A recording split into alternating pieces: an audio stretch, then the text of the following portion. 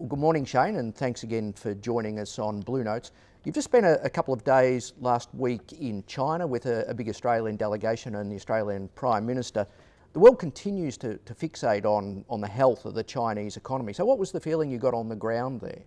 Well, we were in Beijing, so it's a government town. And remember, China's a big place, and I think it's a bit unreasonable to judge all of China based on one city and one place. But we had a really important delegation of probably about the top 12 companies in Australia that all attended the session. So we got a pretty good sense. There were financial services companies, there were some old heavy industries and some of the new tech companies as well. Look, I would say that clearly there's a transition happening, but the feeling from the companies there was remarkably upbeat.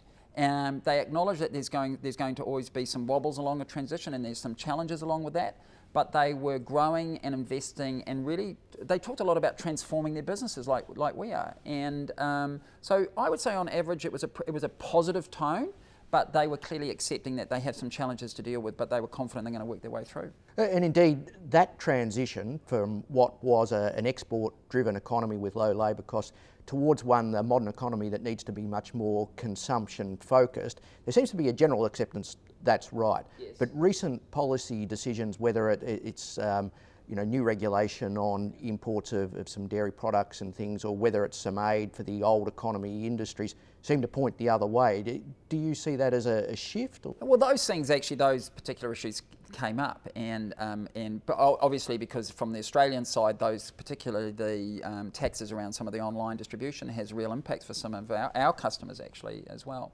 But no, I don't know that there's an inconsistency there. I think like any transition, and we've seen it here in Australia, we've seen it in the past, we've seen it all over the world. When there's a transition, it is government's role to smooth some of the transition and share some of the costs and burdens of that to make sure, particularly on the social side. So I think this is a normal transition outcome where the government is trying to smooth some of the impacts. So I don't see that as terribly concerning. I think the more concerning thing has been about the communication of some of that, about the lead time. So I think it's fair that some people have been a little bit surprised by it. And as we know in business, people like some sense of certainty and some sense of predictability. So I don't know that the actions themselves are concerned, but perhaps the way it's been communicated to the market. And you were there with quite a big delegation of Australian business, but it's fair to say that historically they're big companies, they're the resource companies or airlines and things.